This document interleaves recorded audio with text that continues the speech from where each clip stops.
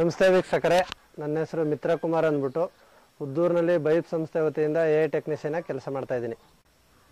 ನಮ್ಮ ಬೈಪ್ ಸಂಸ್ಥೆಯಲ್ಲಿ ಕೃತಕ ಗರ್ಭಧಾರಣೆ ಮಾಡಿಸ್ತಾರೆ. ನಮ್ಮದ್ರಲ್ಲಿ ನಾನಾ ಥರ ತಳಿ ಇದ್ದಾವೆ. HFL 3 ಥರ, ಜೆರ್ಸಿಲ್ 3 ಥರ, ಮತ್ತು ನಮ್ಮ ಹತ್ರ ನಾಟಿ ತಳಿ ಇದೆ, ಅಳ್ಕಾರ್ ತಳಿ. ಜೆರ್ಸಿಲಿ ಜೆರ್ಸಿ 100%, ಜೆರ್ಸಿ 75%, ಮತ್ತು ಜೆರ್ಸಿ 50% ಇದೆ. HFL ಅದೇ ಥರ 100%, 50%, 75% ಇದೆ. ರೈತರು ನಾವು ಫೋನ್ ಮಾಡಿದ ತಕ್ಷಣ ಅವ್ರು ಫೋನ್ ಮಾಡಿದ ತಕ್ಷಣ ಹೋಗಿ ಇನ್ಫಾರ್ಮೇಷನ್ ಮಾಡಲ್ಲ. ಹಸುನ ಚೆಕ್ ಮಾಡಿ ಹಸುಗೆ ಯಾವ ತಳಿ ಕೊಟ್ಟರೆ ಸೂಕ್ತ ಅಂತ ಚೆಕ್ ಮಾಡಿಬಿಟ್ಟೆ ನಾವು ಇಂಜೆಕ್ಷನ್ ಮಾಡೋದು. ಈ ರೀತಿ ನಮ್ಮ ಬೈಪ್ ಸಂಸ್ಥೆಯಲ್ಲಿ ನೀವು ಇನ್ಫಾರ್ಮೇಷನ್ ಮಾಡಿಸೋದ್ರಿಂದ ಒಳ್ಳೆ ಉತ್ತಮವಾದ ಕರುಗಳನ್ನು ಪಡಿಬೋದು.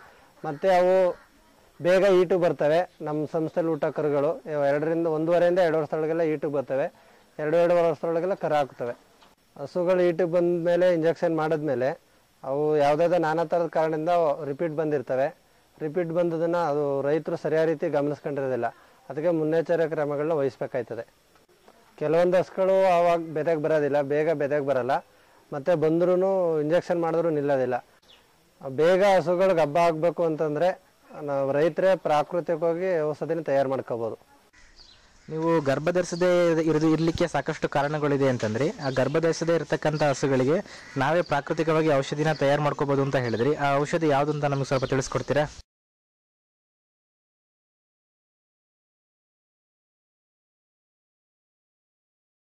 ಗಬ್ಬ ಆಗದೇ ಇರೋಂಥ ಹಸುಗಳಿಗೆ ಕರ್ಬೇವಿನ ಸೊಪ್ಪನ್ನ ದಿನ ಒಂದೊಂದು ಹಿಡಿಯಷ್ಟು ಕೊಟ್ಟರೆ ಗಬ್ಬ ನಿಲ್ಲೋ ಚಾನ್ಸು ಇದೆ. ಗಬ್ಬ ಆಗದೇ ಇರೋಂಥ ಹಸುಗಳಿಗೆ ದಿನಕ್ಕೆ 2 ಬಕ್ಸೆ ಹಿಂಗೆ ತೊಳೆಬಿಟ್ಟು ಕರ್ಬೇವಿನ ಸೊಪ್ಪನ್ನ ತಿನ್ನಿಸ್ರೆ ಹಸುಗಳು ಗಬ್ಬ ಆಯ್ತವೆ. ನೋಡಿ ರೈತರೆ, ಇಲ್ಲಿ ಬೀಜಿನಲ್ಲಿ ಇವತ್ತು ಇನ್ಫಾರ್ಮೇಷನ್ ಮಾಡಿದೆ. ಅವರು ಹಸುಗೆ ಇಂಜೆಕ್ಷನ್ ಮಾಡಿದ ಹಸುಗೆ ಇವತ್ತು ಕರ್ಬೇವಿನ ಸೊಪ್ಪು ತಿನ್ನಿಸ್ತಾ ಇದ್ದಾರೆ. ಮತ್ತು ಇದನ್ನು 10 ದಿನಗಳ ಕಾಲ ದಿನ ಒಂದೊಂದು ಬಕ್ಸೆಯಷ್ಟು ತಿನ್ನಿಸ್ಬೇಕು, ಒಂದೊಂದು ಹಿಡಿಯಷ್ಟು. ದಿನ 2 ಹಿಡಿ ಸೊಪ್ಪನ್ನ ಹೀಗೆ ಕೊಡ್ತಾ ಹೋದರೆ ಬೆದೆ ಚಕ್ರ ಬೇಗ ನಿಲ್ಲುತ್ತೆ. ಎಷ್ಟೋ ದನಗಳು ಇದನ್ನು ತಿನ್ನೋದಿಲ್ಲ. ಕರ್ಬೇವಿನ ಸೊಪ್ಪನ್ನು ಇದನ್ನು ಒಣಗಿಸಿ ಪುಡಿ ಮಾಡಿಬಿಟ್ಟು ಬೇಕಾದರೆ ಒಟ್ಟಿನ ಜೊತೆಲಿ ಕೊಡ್ಬೋದು.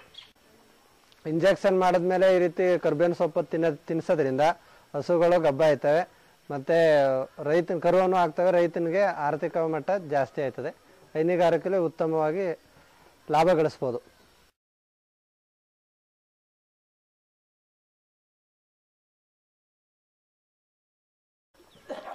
ಕ್ರಾಸ್ ಮಾಡಿಸ್ಮೇಲೆ ಈ ರೀತಿ ಕರ್ಬೇವಿನ ಸೊಪ್ಪು ತಿನ್ನಿಸ್ತದ್ರಿಂದ ಹಸುಗಳು ಗಬ್ಬ ಆಯ್ತವೆ. ಮತ್ತು ಇದನ್ನು ಕೊಂಡ್ಕೊಂಡು ಬರೋಕ್ಕೆ ಎಲ್ಲಿಗೂ ಹೋಗ್ಬೇಕಾಗಿಲ್ಲ. ರೈತರು ಮನೆ ಹತ್ರನೇ ಸಿಗ್ತದೆ, ಹಳ್ಳಿಗಳಲ್ಲೇ ಸಿಗ್ತವೆ. ಅದರಿಂದ ಇಂಜೆಕ್ಷನ್ ಮಾಡಿಸಿದ್ಮೇಲೆ ದನಗಳಿಗೆ ಎಲ್ಲ ರೈತರು ಇದನ್ನು ಕೊಡಬೇಕು ಮತ್ತು ಇದರಿಂದ ಲಾಭ ಪಡ್ಕೋಬೇಕು ಅಂತ ಹೇಳ್ತೀವಿ. ಈ ಥರ ಮಾಹಿತಿನ ನಮ್ಮ ರೈತರುಗಳು ತಿಳಿಸ್ಕೊಟ್ಟಿದ್ದೀರಿ. ನೀವು ನಮ್ಮ ರೈತರ ಪರವಾಗಿ ನಿಮ್ಗೆ ಉತ್ತಮವಾದ ಧನ್ಯವಾದಗಳು.